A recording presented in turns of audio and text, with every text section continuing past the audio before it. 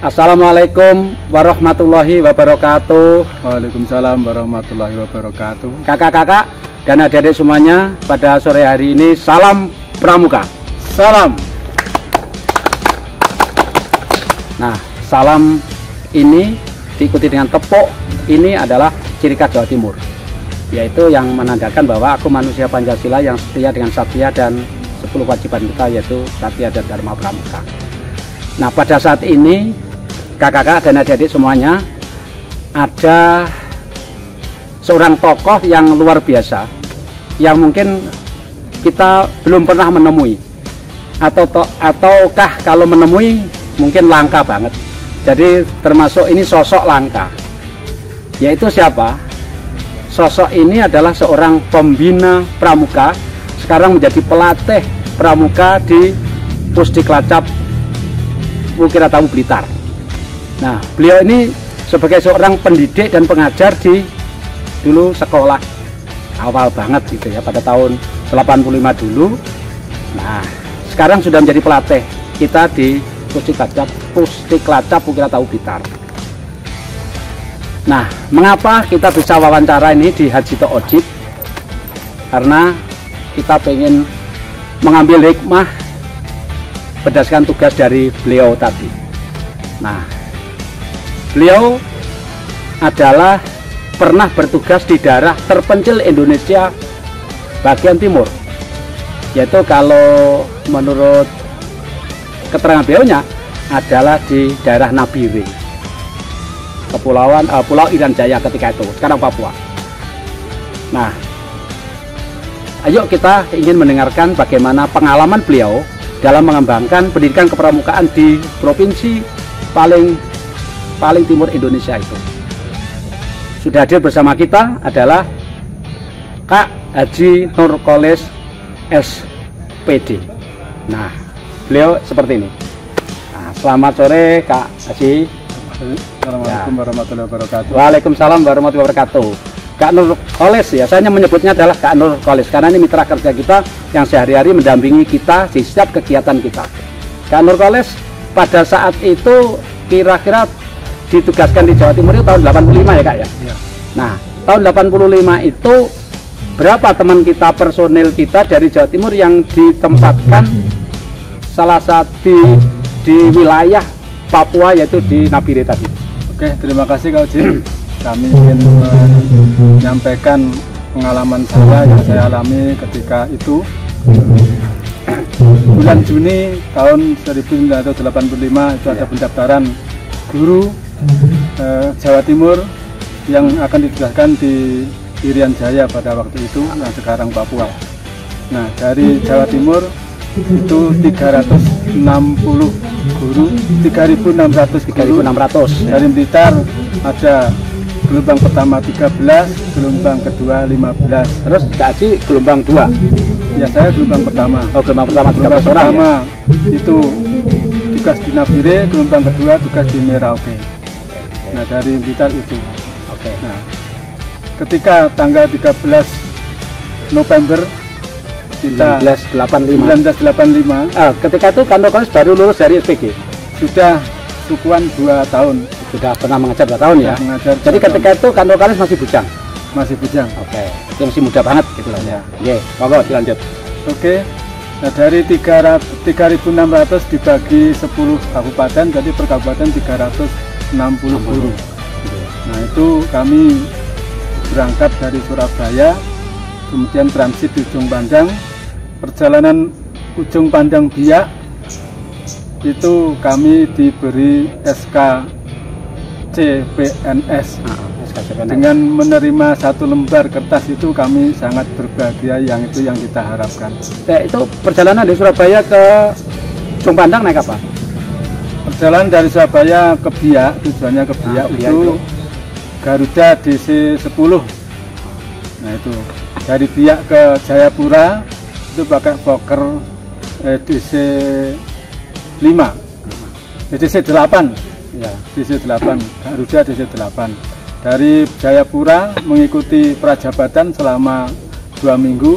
Setelah itu dikirim lagi ke daerah-daerah masing-masing kabupaten 360 guru. kami dapat tugas di daerah Nabire. Nah, itu kalau Irian Jaya begini, ini kita di tengkuknya itu, di teluknya. Nah, kami di Nabire di TC selama 3 hari. Setelah itu langsung ke tempat tugas. Itu dari Nabire ke tempat tugas itu perjalanan 45 menit. Naik apa? Naik pesawat Cessna, isinya 4 orang dengan pilot. Jadi kecil gitu ya? Jadi kecil. Kecil. Nah, itu. Nah, saya lihat dari video pilot itu, video pesawat itu jaraknya 270 kilo. Nah, setelah itu mendarat. Nah, ketika mendarat itu barang-barang kita turunkan. Itu mendaratnya di Nabire ya? Di Monamane itu. Oh, di Monamane ya? Ya. Di landasan Monamane. Sebenarnya terus kita nunggu jemputan dari sekolah. Jadi kepala sekolah sudah ada berita, kita dikirim berita ke sana bahwa guru baru mau datang. Kepala sekolah kirim anak-anak ke wilayah Monamane itu. Kak, itu menjemputnya pakai apa, Kak? Pakai jalan kaki. Saya pikir naik mobil atau naik motor gitu. Jalan kaki. Oleh petugas tidak boleh kita lanjut, harus menginap dulu. Dari itu kita nginap di Pak Koramil. Gitu. Menginap di Koramil. Ya, semalam ya. Semalam. Paginya subuh dibangunkan, siap berjalan sama anak-anak sudah siap di depan bawa barang-barang kami. Anak-anak yang jemput ketika itu ada berapa, Kak? Nah, ketika itu ada 20-an orang. Itu laki, itu anak-anak ya, murid ya? Murid sama guru-guru sebagian gitu ya? Iya. Atau masyarakat gitu ya? Iya. Anak-anak itu yang menjemput itu laki atau perempuan? Semua laki-laki. Oh, semua laki-laki. Kak, kondisi ketika anak menjemput itu juga berpakaian sana atau masih pakai koteka gitu? Untuk anak-anak dan orang tuanya semuanya masih pakai koteka, sedang ibu-ibunya yang remaja-remaja itu masih pakai moge, Kakak. Oh, moge itu terbuat dari pakaian yang? Dari kulit kayu yang dianyam. Oh gitu. Dan diikat sebagaimana mestinya. Itu yang bawah, kalau yang atas di dada? Yang atas lepas. Lepas, oke. Okay. Nah, makanya sampai di sana kita diberitahu kita boleh lihat tapi tidak boleh mandang. Okay. Harus kinyo, kalau mandang nanti kena denda. Nah, itu. Makanya saya berusaha bertahan ya, untuk tidak kena denda dan alhamdulillah terlindungi dari penyakit kuning, Kakak. Kelihatannya orang hitam, lihatnya perasaannya kuning. Nah, itu. Nah, anak-anak itu belum betul-betul sekolah sampai di sana. Kita jalan dari landasan itu, dari penginapan di Monamane ke Mabia itu perjalanan 12 jam. Nah, terus ketika itu berangkat pagi jam berapa, Kak? Subuh, selesai subuh. Masih gelap-gelap gitu. Anak-anak sudah kumpul, kita bagi barang-barangnya, kemudian jalan. Nah, itu 29 kali naik turun bukit. Bukit itu 29 kali ya? 29 kali. Jadi itu jalan kaki? Jalan kaki. Terus sepanjang perjalanan itu Kakak sempat istirahat atau apa, minum ya, atau apa gitu ya? Istirahat. Untuk minum tidak perlu bawa bekal, Kakak. Karena ada daun pandan dipotong itu, ditancapkan, kita tinggal tadah pakai mulut gitu. Nah, itu sebelumnya Kak Nurkalis pernah gitu? Ya, yang ngajari orang tua yang jemput itu tadi. Ya, saat itu ya berarti ya? Masyarakat yang jemput, bukan anak-anak. Masyarakat itu masyarakat orang sana? Orang sana. Kakak bisa komunikasi? Tidak bisa. Terus gimana? Hanya isyarat? Pakai terjemah. Satu anak yang bisa bahasa Indonesia suruh terjemahkan sehingga kita bisa komunikasi lancar. Iya. Kak, sebelumnya itu cerita awal dari Kak Haji Nurkalis, kakak pembina kita, kakak pelatih dari Kuarca Blitar yang pernah bertugas di sana. Kita akan lanjut, namun jangan lupa yang belum subscribe, segera subscribe supaya bisa mengikuti perkembangan video-video kami berikutnya. Berikan like, komen positif, serta share video ini sebanyak-banyaknya agar video ini bisa menginspirasi kita semuanya, terutama guru-guru muda ketika ditempatkan di suatu tempat yang baru itu langsung beradaptasi, langsung berkarya buat anak-anak bangsa seperti Kak Haji Nurkalis ini. Ini cerita menginspirasi buat saya, karena itu kita buat khusus wawancara khusus di kegiatan ini.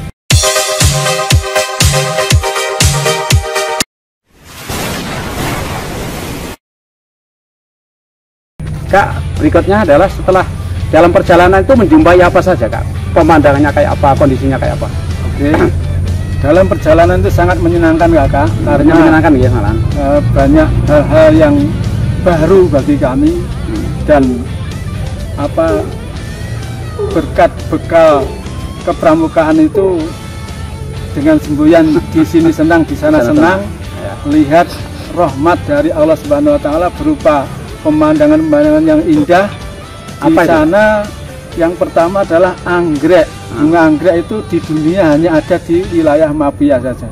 Ini kebetulan tugas saya di Kecamatan Mapia, Kakak. Mapia. Ya, ibu kotanya Bumomane. Ya. Terus lihat apa pohon besarnya itu orang 6 kali bergandengan, 6 orang bergandengan itu belum cukup ya. Ya, jadi itu besar banget, diameternya bisa 2 meter 3 meter ya, lebih 6 orang gandeng tangan Kakak. 6 orang itu ya. Itu pohon pinus yang sangat besar dan sangat tua sekali.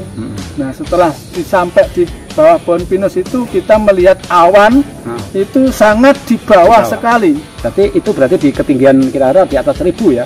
Ya lebih ya. Ya. Terus dalam perjalanan itu kita beberapa orang yang guru tadi? Kami ditugasi di Kecamatan Mapia itu 4 orang, dari Blitar 2 orang, dari Pasuruan 2 orang. Namanya dari Pasuruan Kak Heri Marjanto dan Kak Abdurrahman. Terus yang dari Blitar Pak Hadi Sutrisno dan Nurkoles. Itu. Terus lanjut tanya. Oke, kita lanjutkan. Sampai di sana kita menghadap Pak Camat. Pak Camat bilang tugas Pak Guru di sini mencari murid dulu. Karena muridnya SD itu habis.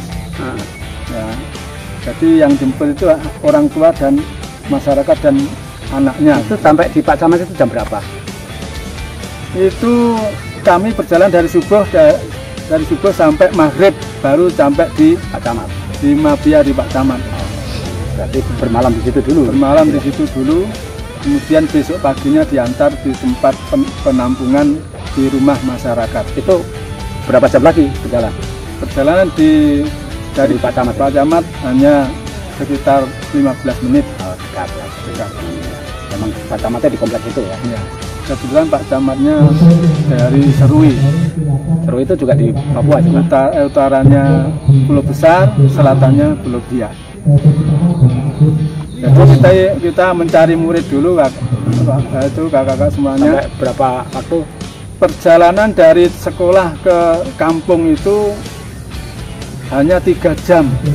Naik turun rawa dan sebagainya, semak-semak belukar di situ. Tapi ketika anak-anak berjalan, kan ada yang mandu dan terusnya, itu anak-anak cukup 1 jam karena dia lari. Nah, kita jalan pelan-pelan Pak Guru. Nah, itu jadi mereka lari cegat sana, saya tunggu di sana, di atas sana. Wah, itu dari itu kita keliling itu dapat sekitar 24 orang, 24 anak yang mau sekolah betul. Itu dalam 1 hari itu? 3 bulan. Jadi selama 3 bulan itu mencari anak baru dapat 24. Yang 8 sudah di SD ada 8, yang di sekolah ada 8, kita cari dapat 24, yang mau sekolah beneran hanya 15. itu selama 3 bulan ya? Selama 3 bulan. Nah, itu. Terus 3 bulan itu terus langsung kita dimulai? Kita setelah kumpul anak-anak, kita ajak, kita cari kiat-kiat bagaimana mereka suka sama kita dulu. Nah, setelah itu kita akan dimodali dari modal kepramukaan banyak. Akhirnya dia tertarik, senang. Nah, itulah. Apa itu Kak? Itu yang membuat anak senang itu apa tadi? Lagu atau ice breaking atau apa? Yang membuat anak-anak senang itu ini Kakak. Baju pramuka, kopiah pramuka, dan ini merah putih. Merah putih sang leri ini ya? Ya. Jadi kami selama berminggu-minggu ya pakai ini. Untung bawa 2 sehingga membuat senang mereka. Jadi kalau kita pakai ini mereka terinspirasi ikut gitu ya? Pokoknya maunya Pak Guru harus pakai yang itu. Oh gitu. Iya. Jadi itulah pertama kali saya menghadapi anak-anak yang pakai koteka, ya pakai moge, ya seperti itulah anak-anak kami. Nah, makanya kami berempat langsung membuat bagaimana gugus depan SD Impres Bungumane Kecamatan Mapia itu. Itu satu lokasi itu yang baru datang 4 orang tadi ya, Kak? 4 orang, 2 dari Pasuruan, 2 dari Blitar tadi. Iya. 4 orang ya, satu Iya. tim. Itu sudah ada kepala sekolah ya? Sudah ada. Kepala orang dari Biak. Dari Biak. Ya.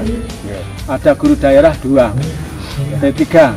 Guru daerahnya Ada 3. 7, 8 orang ya? 8 orang. Terus anak ketika masuk pertama gimana kesan ketika mulai pembelajaran itu masih langsung nulis atau masih membaca atau nyanyi-nyanyi dulu? Nah, untuk pertama bagaimana mereka itu bisa bergerak, Kakak?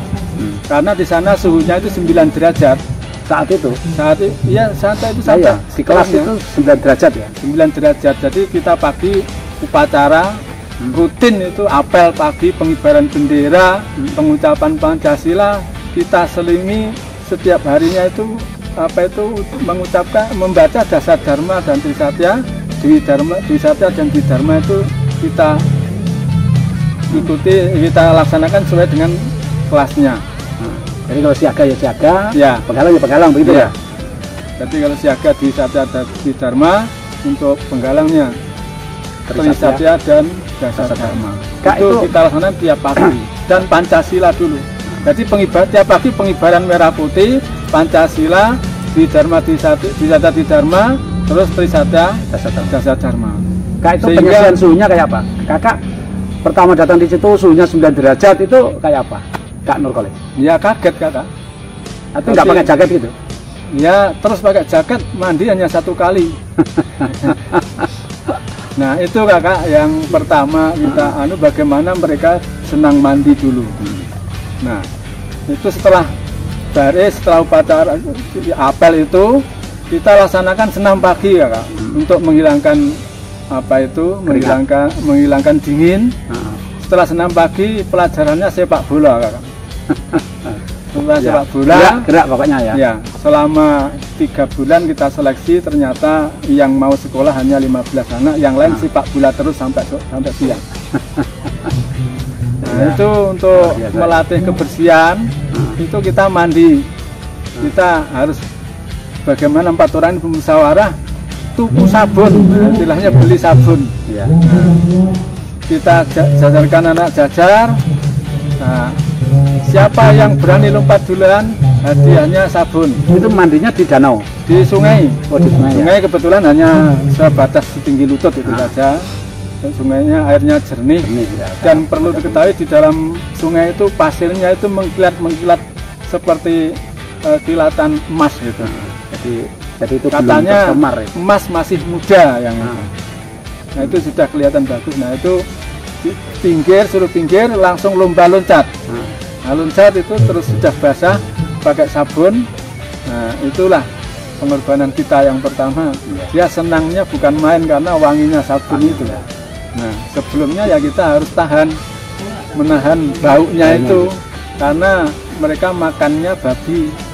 Nah itu daging babi itu dengan nota istilahnya, nota itu ketela rambat yang dibakar. Itu nota, makanannya keladi dan kentang. Itu yang direbus kentang, yang dibakar itu keladi dan ketela rambat yang namanya nota. Terus itu sebagai sumber karbohidrat. Terus untuk sayuran atau sumber proteinnya Dari daging babi itu tadi. Babi ya. Nah. Tapi masyarakat kecil pun bisa nyembelih babi. Mampu gitu maksudnya, punya. Nah ini yang kita saksikan di sana itu hanya ketika ada kegiatan adat, itu baru menyembelih babi.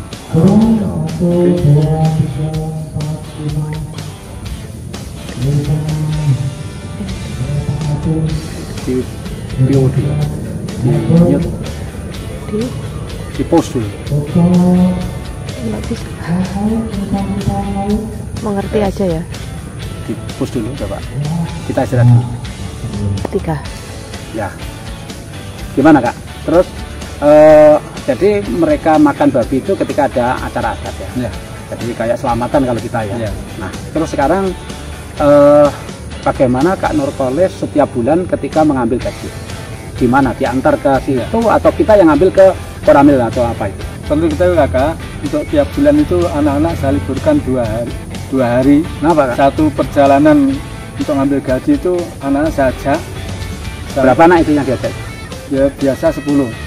Ya, yang laki ya? Yang laki, yang kuat-kuat itu. Nah itu besoknya baru kembali pulang bawa gaji dan bawa beras. Nah itu perjalanan ke sana ke Koramil berarti ya 12 jam 12 jam itu. Jadi kalau berangkat pagi sampai sana sore kan? Sore. Nginep di sana? Nginep di sana, subuh berangkat sampai di rumah sore lagi. Nah terus ngambil gajinya ya sore itu malam atau besok paginya? Malamnya mereka sudah siapkan. Terus belanjanya ke pasar atau apa? Ya sore itu kita masih ada kesempatan untuk belanja. Terus bawanya belanjaan kayak apa? Dibawa anak-anak. Oh dibawakan anak-anak ya? Bagi sama anak-anak. Ya, terus anak-anak selama 12 jam perjalanan itu enggak lapar, enggak haus kayak itu. Mereka sudah siap bawa bekal nota bakar itu kan. Nota bakar sudah dibakar dari rumah. Sudah. Nah, terus ada ya Pak? Apa keranjang yang ditaruh di belakang? Ya, dia bawa noken ya. Oh, itu namanya noken ya? Noken namanya. Nah, jadi digantung di dahi itu ya? Di dahi itu. Ya. Itu laki perempuan memang pakai itu ya? Iya, bawanya. Namanya noken ya? Namanya noken. Terus minumnya ya cukup di air alami tadi? Alami tadi. Jadi dia masih membawa alat pemotong? Selalu bawa. Oh gitu ya. Oke. Nah terus besoknya lagi berangkat lagi ke sana. Ya. Baru lusanya mengajar lagi. Saya lusanya ngajar lagi. Terus sampai bisa menulis itu berapa bulan anak dari masuk tadi? Yang 3 bulan sepak bola tadi? Ya. Dari selain yang 8 orang tadi, itu kita ya pelajari satu-satu. Jadi kayak satu-satu, kayak tutorial privat gitu ya. Oke, seperti itu kakak-kakak pembina di Jawa Timur ya teman-teman kita. Itu pengalaman saksi hidup pelaku sejarah, bukan saksi hidup ya, pelaku sejarah berjuang pertama menjadi seorang guru dan pembina serta pelatih pramuka di Nabire, kecamatan apa? Kecamatan Mapia. Mapia, desanya Bumumane. Nah, Kak Nurkolis itu mereka saat itu latihan pramuka seperti yang ada di foto ini. Nah, di foto ini mereka sepertinya belum berpakaian, masih pakai koteka. Yang berpakaian hanya gurunya saja pakai seragam pramuka. Itu sampai berapa waktu itu? Kami di sana datang pertama itu tanggal 27 Desember. 3 hari menyesuaikan diri dengan suhu dan masyarakat di sana. Baru kita punya rencana itu bagaimana mereka senang dulu. Kita ajari baris berbaris, kita ajari senam dan seterusnya. Suatu saat kita mengadakan event khusus untuk menyiapkan dokumentasi pertama kali di Irian Jaya. Maka kita buat saja, kita siapkan proses untuk upacara siaga dan upacara penggalang. Nah, terus difoto. Terus kita siapkan dokumennya. Kemudian mereka masih aslinya yaitu. Kak, itu fotonya kameranya siapa Kak? Kamera saya. Oh gitu. Jadi kamera itu ketika itu kamera kecil atau kamera yang panjang? Kamera kecil. Kamera pocket itu ya? Ya. Jadi tahun 85 masih usum kamera pocket itu loh. Ya. Ya, jadi untung Kak Nurkolis bawa itu ya. Jadi bisa ya, untuk kita lihat dari pramuka kan kalau tidak ada dokumen kan ya kita rugi. Ya. Nah, kita lihat itu dia masih pakai koteka, terus akhirnya dia pakai baju pramuka itu kayak apa ceritanya? Nah, untuk itu dokumen itu ya kita foto, kita kirim ke Kamabinas pada waktu Pak Harto, dan Kak Warnas Kak Masudi. Nah, foto-foto itu isinya apa? Kami dari Gugus Depan Bumumane, Kecamatan Mapia, Kabupaten Nabire, kepada lo mengucapkan selamat tahun baru 1 Januari 1986. Nah, jarak 3 bulan kita mendapat kiriman paket itu berupa baju seragam pramukanya anak-anak. Nah, ini fotonya deh nih. Ini gambar sedang dibuka paketnya, disaksikan Pak Camat ini Kak ya? Iya, ya. Pak Camat, Pak Kepala Sekolah, Pak Dan Rame, serta Pak Kapolsek. Kapolsek dan masyarakat dan wali murid. Ya. Itu baru mereka berseragam pramuka, seneng kira-kira mereka ya? Ya sangat senang, tapi kita harus menyikapi karena mereka kalau pakai baju itu gatal. Ya itu. Jadi kita pakai baju kalau event-event tertentu saja. Jadi sehari-harinya ya telanjang ya? lagi. Nah, itu berjuang bagaimana mereka mau berpakaian itu selama 6 bulan Kakak. Selama 6 bulan kita beri motivasi terus. Ya. Akhirnya kita punya harga diri. Terus kemudian kita bujuk-bujuk, kemudian alhamdulillah selama 6 bulan itu mereka sudah minta baju pada orang tua. Jadi Kak, beli sendiri. Kak, itu sebenarnya mereka nggak pakai baju itu bukan berarti nggak punya baju ya ketika Kakak datang itu. Mungkin di rumah punya ya? Semuanya tidak punya. Oh gitu. Tapi ada satu anak sepertinya yang perempuan itu pakai baju itu. Di foto ini. Itu yang pernah ke kota. Oh gitu ya. Kebetulan yang pernah kota sudah itu. Terus tadi ceritanya anak tadi yang sudah lulus selama 4 tahun tadi gimana Kak? Namanya siapa itu masih ingat? Stefanus Iyai. Stefanus Iyai. Dia anak yang rajin ya Kak. Ketika di sana itu kami tugasi setiap minggu itu membuat lubang 1. Apa lubang itu? Teman-temannya hanya satu minggu, kalau dia membuat 5. Itu lubang untuk apa? Nah, lubang itu untuk pembelajaran kesehatan karena tai babi itu di sekitar rumahnya itu disekot dimasukkan ke lubang kompos lah. Ya. Setelah 3 bulan kita cek masing-masing dapat berapa lubang. Nah itu saya suruh minta bibit kopi di gereja. Tanami kopi. Ya, tanami kopi. Nah dari kopi itulah dia bisa sekolah. Bisa kuliah. Kuliahnya di Kuncen. Ini pramuka produktif. Nah, Kuncen itu Universitas Cendrawasih di Jayapura. Dan akhirnya dia jadi guru ya? Akhirnya jadi guru di tempatnya dia belajar dulu. Di kampungnya ya? Terus dia cerita 2 bidan adik kelas kita Pak Guru. Kepala puskesmasnya kakak kelas kita. Nah itu. Alhamdulillah. Itu ya. Ada satu berita terakhir itu satu murid saya itu juara umum SMA-nya se-Irian Jaya.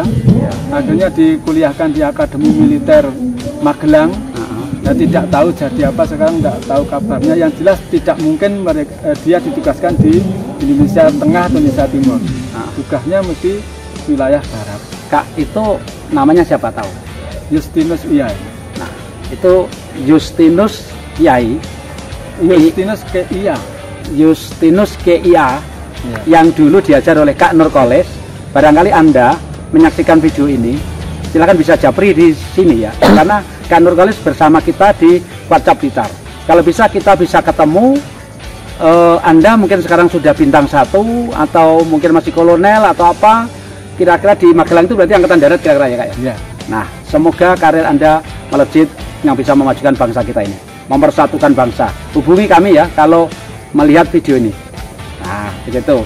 Terima kasih Kak Cid. Ya. Salam untuk anakku yang ada di sana. Ya, Justinus Kia. Nah, Kak Haji Nurkolis, seandainya ketemu dengan murid kita yang ini tadi, yang menjadi angkatan, menjadi TNI itu, kira-kira Kak Nurkolis sudah pangkling atau masih bisa mengenali ya? Saya kira sudah lupa. Sudah lupa ya? Ya. Ya, tapi kalau saya kira murid kita itu dengan kita malah tidak lupa. Betul. Ya, semoga Kak, namanya adik siapa ini? Justinus Kia. Semoga kita bisa ketemu ya di Blitar, tidak terlalu jauh ya, di Jawa Timur, Kabupaten Blitar. Cari saja Kak Harjito ataupun Kak Nurkolis, insya Allah kita bisa ketemu. Nah, mungkin kita potong sampai di sini dulu di Harjito Ojit episode pertama. Tunggu kelanjutannya, masih ada cerita yang menarik di balik sosok Kak Haji Nurkolis sebagai pelatih pembina Pramuka di kuartir cabang Blitar. Semoga cerita Kak Nur College ini menginspirasi kita semua untuk seterusnya kita berkarya, mendampingi adik-adik, mendampingi pembina dalam gerakan Pramuka untuk melatih adik-adik kita, mengantarkan adik-adik kita menuju masa depannya yang lebih baik. Sekali lagi, Kak Nur College, kita sambung besok. Insya Allah, siap. Nah, jadi masih ada cerita yang menarik lagi di sosok Kak Nur College ini yang perlu kita gali. Oleh karena itu, ikuti kelanjutannya di Arsito Ojit episode berikutnya di sini. Yang belum like, silahkan like, share, dan komen. Serta yang belum subscribe, segera subscribe. Semoga video ini bermanfaat buat teman-teman kita di luar sana. Saya kira begitu, kita akhiri dulu. Sampai ketemu lagi, supaya tetap setia di Arsito Ojit. Sekali lagi, kita ucapkan salam Pramuka. Salam. Wassalamualaikum warahmatullahi wabarakatuh. Tetap semangat. Waalaikumsalam warahmatullahi wabarakatuh.